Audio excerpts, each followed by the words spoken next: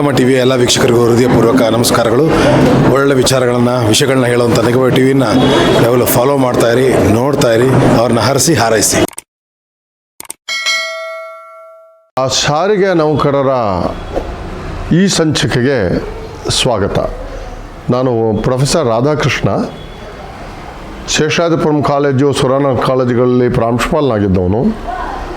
ಸಾಹಿತ್ಯ, ಸಂಗೀತ ನನ್ನ ಆಸಕ್ತಿ, ನಾನು ಅದರಲ್ಲಿ ತೊಡಗಿಸಿಕೊಂಡಿದ್ದೇನೆ. ನಮ್ಮ ಸಾರಿಗೆ ನೌಕರರ ಸಂಘಗಳ ಒಕ್ಕೂಟದ ಅಧ್ಯಕ್ಷರಾದಂಥ ಚಂದ್ರಶೇಖರು ಮತ್ತು ಪ್ರಕಾಶ್, ಸುರೇಶು, ನಾಗರಾಜು, ಶ್ರೀನಿವಾಸು, ತಿಪ್ಪೇಸ್ವಾಮಿ, ಇವರೆಲ್ಲ, ಶಿವಶಂಕರು, ಇವರೆಲ್ಲ ನನ್ನ ಸ್ನೇಹಿತರು. ಅವರ ಜೊತೆ ಇದ್ದೇನೆ. ನನ್ನನ್ನು ಮಾರ್ಗದರ್ಶಕ ಅಂತ ತಗೊಂಡಿದ್ದಾರೆ. 1992ರಲ್ಲಿ ಕರ್ನಾಟಕ ಸರ್ಕಾರದ ನೌಕರರು ಹೋರಾಟ ಮಾಡ್ತಾಯಿದ್ರು. ಸಾರಿಗೆ ನೌಕರರಿಗೆ ಎಷ್ಟು ಸಂಬಳ ಇದೆ ಅಷ್ಟು ನಮಗೆ ಕೊಡಿ ಅಂತ.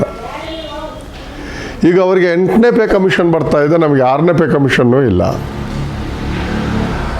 ಅಲ್ಲಿ ಒಬ್ಬ ಚಾಲಕನಿಗೆ 35-40 ಸಾವಿರ ರೂಪಾಯಿ ಶುರುವಾದರೆ ನಮ್ಮವರಿಗೆ 19 ಸಾವಿರ ರೂಪಾಯಿ ಬರ್ತದೆ.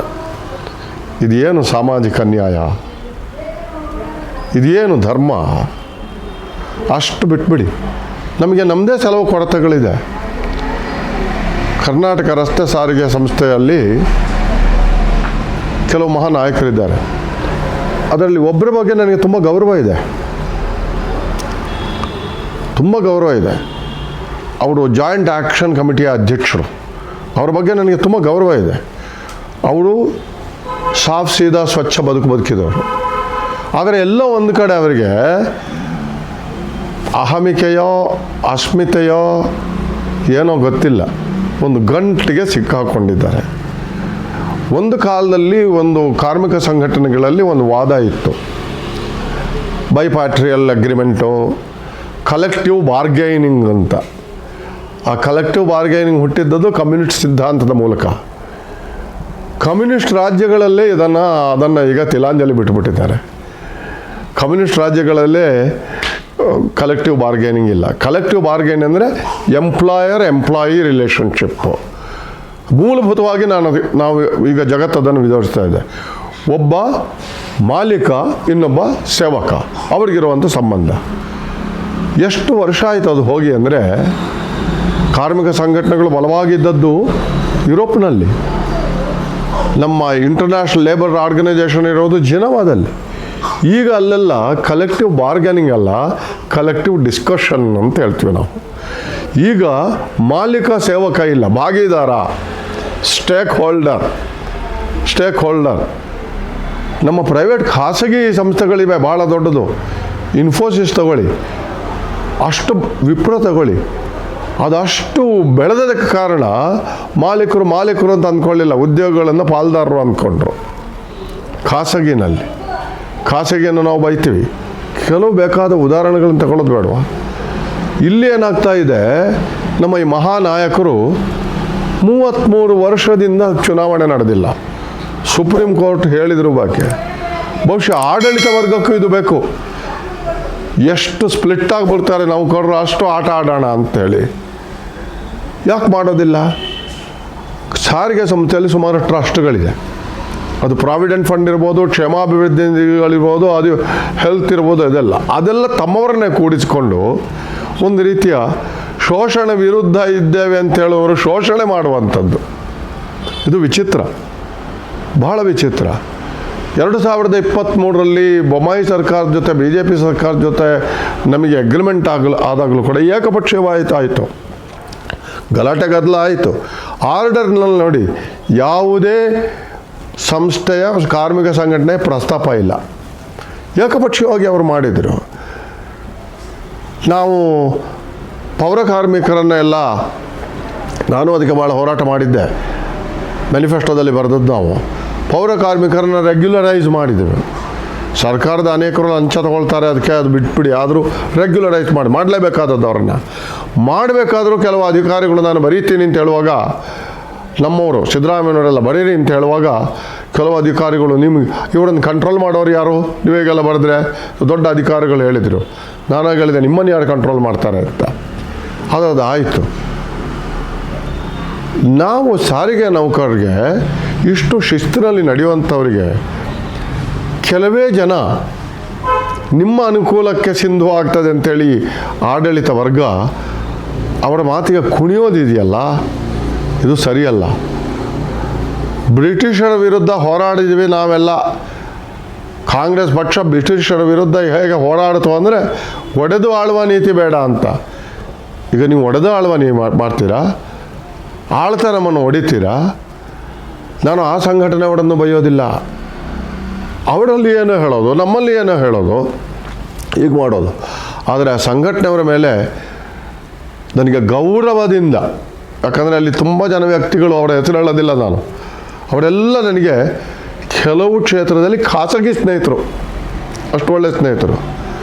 ನನಗೇನು ಈ ಒಬ್ಬ ಮೇಷ್ಟ್ರಿಗೆ ವಯಸ್ಸಾಗಿಲ್ಲ, ನನಗೆ ವಯಸ್ಸಾದರೂ ಯಾಕೆ ಇವ್ರ ಜೊತೆ ಹೋಗಬೇಕು?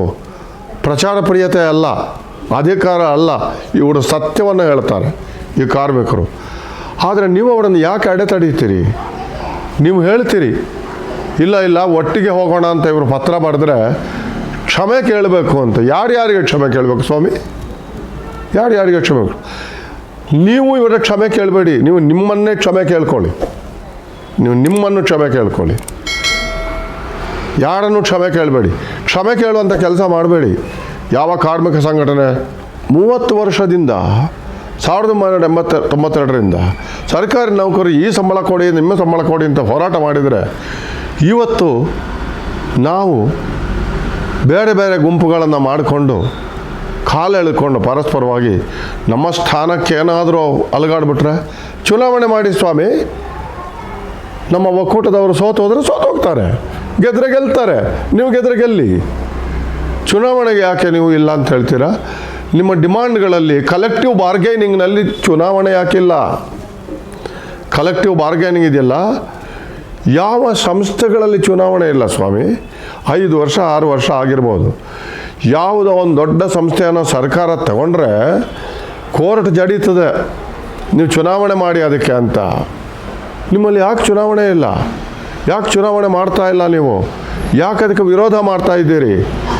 ಬಹುಶಃ ಸಂಶಯ ಏನಂದರೆ, ಈ ಸಂಶಯ ಸುಳ್ಳು ಅಂತ ಅಂದ್ಕೊಳ್ತೀನಿ, ಸುಳ್ಳಾಗಲಿ, ನೀವೇ ಆಡಳಿತ ವರ್ಗಕ್ಕೆ ಚುನಾವಣೆ ಮಾಡಬೇಡಿ ಅಂತ ಹೇಳ್ತೀರಾ ಅಂತ ಒಂದು ನಮಗೆ ಸಂಶಯ ಇದೆ.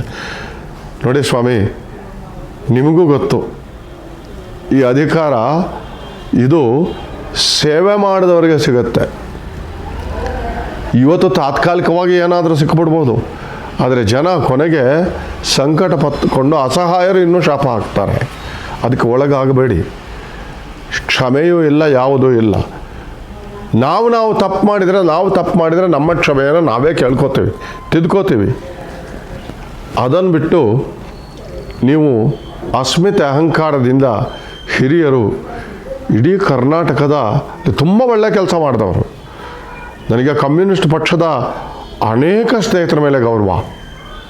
ನರಸಿಂಹನಿದ್ದರು, ಕೃಷ್ಣನಿದ್ದರು, ಸೂರ್ಯನಾರಾಯಣ ರಾವ್ ಇದ್ದರು, ಎಂತೆಂಥ ಘಟಾನುಘಟಿಗಳು ಇದ್ದರು.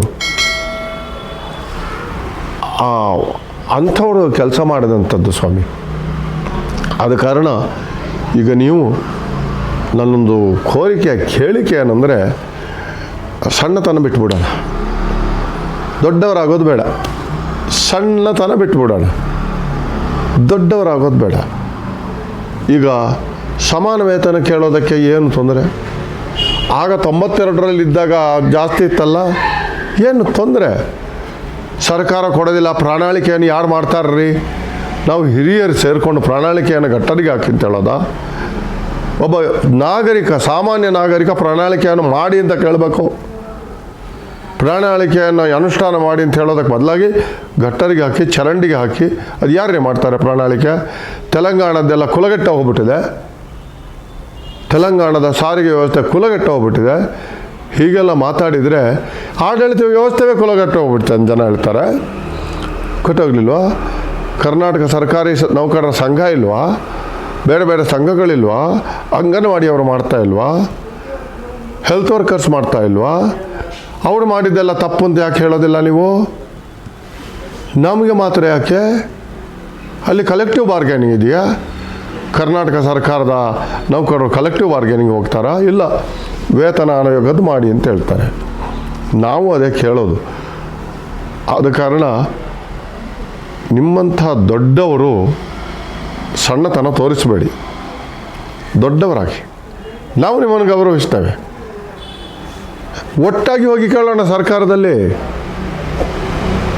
ಕಲೆಕ್ಟಿವ್ ಬಾರ್ಗೈನಿಂಗ್ ಅನ್ನುವಂಥ ಒಂದು ಪ್ರಿನ್ಸಿಪಲ್ಲೇ ಎಲ್ಲಿದೆ ಸ್ವಾಮಿ? ಈಗ ದೇಶದ ಪಬ್ಲಿಕ್ ಸೆಕ್ಟರ್ ಇಂಡಸ್ಟ್ರಿಗಳಲ್ಲಿದೆಯಾ? ಸ್ಟ್ರೈಕ್ ಮಾಡ್ತಾರೆ, ಸಂಬಳ ಕೇಳ್ತಾರೆ, ಆಗ ಒಂದು ಹಂತಕ್ಕೆ ಬರ್ತದೆ. ಇನ್ನೊಂದು ವಿಷಯ ನಾನು ಭಾಳ ಮುಖ್ಯವಾದ ಹೇಳಕ್ಕೆ ಬರ್ತೀನಿ. ಈ ಕಲೆಕ್ಟಿವ್ ಬಾರ್ಗೈನಲ್ಲಿ ಮಹಾ ಒಂದು ಸ್ವಾರ್ಥ ಇದೆ. ಅದು ನಾಯಕತ್ವದ ಸ್ವಾರ್ಥ. ನೀವು ಸಂಬಳ ಕೇಳೋದಕ್ಕೆ ನಾನು ಇರೋದಲ್ಲ. 4 ವರ್ಷಕ್ಕೊಂದ್ಸಲ ಜಗಳ ಆಗಬೇಕು, 4 ವರ್ಷ ಸಂಘರ್ಷ ಆಗಬೇಕು. ನಾವು ಜಗಳ ಆಗಿ ಸಂಘರ್ಷ ಆಗಿ ನಮ್ಮ ನೌಕರರನ್ನು ದಾರಿ ತಪ್ಪಿಸಿ ನಾವು ನಾಯಕರಾಗೋದಾ? 4 ವರ್ಷಗಳಿಗೆ ಬೇಡ. ಒಂದು ಸ್ಥಿತಿ, ಒಂದು ಮಿತಿ, ಒಂದು ಕ್ರಮ ತಂದುಬಿಡಿ. ಆಗ ನಮ್ಮ ನೌಕರರ ಸಂಘದವರೆಲ್ಲ ಒಟ್ಟಾಗಿ ಸೇರಿ ಅವರ ಹಿತರಕ್ಷಣೆ ಮಾಡೋಣ, ಅವರ ಆರೋಗ್ಯ ಕಾಪಾಡೋಣ, ಅವರ ಶಿಕ್ಷಣ ನೋಡೋಣ, ಅವ್ರಿಗೆ ಬೇಕಾದ ಸವಲತ್ತುಗಳು ಮಾಡೋದಕ್ಕೆ ನೋಡೋಣ, ಪ್ರಯಾಣಿಕರ ಬಗ್ಗೆ ಕಾಳಜಿ ವಹಿಸೋಣ. ಅದು ಬಿಟ್ಟು ನಮಗೊಂದು ಹೋರಾಟಕ್ಕೆ 4 ವರ್ಷಕ್ಕೊಂದ್ಸಲ ರಂಗ ಬೇಕು, ಸಜ್ಜಿಗೆ ಬೇಕು. ಯಾವ ಕಾಲದಲ್ಲಿದ್ದೇವೆ ನಾವು? ಇನ್ನೊಂದು ಮುಖ್ಯವಾದ ಪ್ರಶ್ನೆ, 72, 73 ಸ್ವಾಯತ್ತ ಸಂಸ್ಥೆಗಳಿದೆಯಲ್ಲ, ಅಲ್ಲಿ ನೌಕರರು, ಅಲ್ಲಿ ಕೆಲವರು ತಪ್ಪು ಮಾಡೋದಿಲ್ವಾ? ತಪ್ಪು ಮಾಡಿದಾಗ ಶಿಕ್ಷೆಗಳೇನು ವಿಧಿಸ್ತಾರೆ? ನಮ್ಮಲ್ಲಿ ಸ್ವಲ್ಪ ಜಡ್ಜ್ ಬಿಟ್ರೆ ಸಸ್ಪೆನ್ಷನ್ನು, ಡಿಸ್ಮಿಸಲ್ಲು. ಸುಮಾರು 2,000 ಜನ ಇವತ್ತು ಅತಂತ್ರರಾಗಿದ್ದಾರೆ. ಈ 2,000 ನೌಕರರ ಅತಂತ್ರ ಬಗ್ಗೆ ನಿಮಗೆ ಧ್ವನಿ ಎತ್ತೋದಿಲ್ಲ, ನೀವು ಮಾತನಾಡೋದಿಲ್ಲ. ನಿಮ್ಮ ಗುಂಪಿನವರಲ್ವ ಅವರು ಹಾಗೆ ಮಾತಾಡ್ತೀರಾ? ನೀವು ಏನು ಕಾರ್ಮಿಕ ನಾಯಕರು? ನೀವು ನಿಜವಾದ ಕಾರ್ಮಿಕ ನಾಯಕರಾದರೆ ಮೊದಲು ಹೇಳಿ, ಆ 2,000 ಜನಕ್ಕೆ ವಾಪಸ್ ತಗೊಳ್ಳಿ ಅಂತ.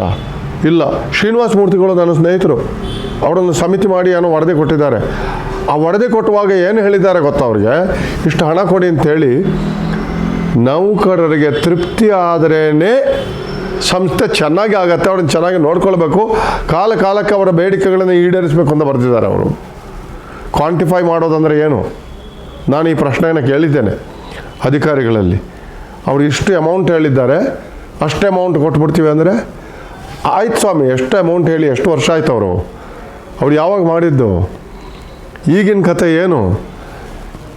ನನಗೆ ಒಂದು ಬೇಡಿಕೆ, ನೀವೆಲ್ಲ ಹಿರಿಯರು, ಹೋರಾಟ ಮಾಡಿದವರು, ಕಾರ್ಮಿಕ ನಾಯಕರು, ಕಾರ್ಮಿಕರ ಬದುಕಿನ ವಿರೋಧಿಗಳಾಗಬೇಡಿ, ಸಪೋರ್ಟರ್ಸ್ ಆಗಿ ನಮ್ಮನ್ನು ಕರೀರಿ, ಚರ್ಚೆ ಮಾಡಿ ನಮ್ಮನ್ನು ಖಾಸಗಿಯಾಗಿ. ನೀವು ಮಾಡೋದು ಸರಿ ಇಲ್ಲ ಅಂತನ್ನಿ. ನೀವು ಹಿರಿಯರು ನಮಗಿಂತ, ದೊಡ್ಡವರು ನಮಗಿಂತ. ಮಾಡೋಕ್ಕಾಗಲ್ವ ನಿಮಗೆ? ನೀವು ಬಲಿಷ್ಠರು, ಅಧಿಕಾರದ ಸ್ಥಾನದಲ್ಲಿ ಕೂತ್ಕೊಂಡಿದ್ದೀರ ಕಾರ್ಮಿಕ ಸಂಘಟನೆಗಳಲ್ಲಿ. ಕರೀರಿ ನಮ್ಮನ್ನು, ಚರ್ಚೆ ಮಾಡಿ, ಕನ್ವಿನ್ಸ್ ಮಾಡಿ ನಮಗೆ. ನಾವು ನಿಮಗೆ ಕನ್ವಿನ್ಸ್ ಮಾಡ್ತೀವಿ. ಪ್ರಜಾಪ್ರಭುತ್ವ ಇದು, ಡಿಸ್ಕಷನ್ನು. ಪ್ರಜಾಪ್ರಭುತ್ವವನ್ನು ನಂಬೋದಿಲ್ವ ಸ್ವಾಮಿ ನೀವು? ಪ್ರಜಾಪ್ರಭುತ್ವದ ಬಗ್ಗೆ ಹೋರಾಟ ಅಂತೀರಿ.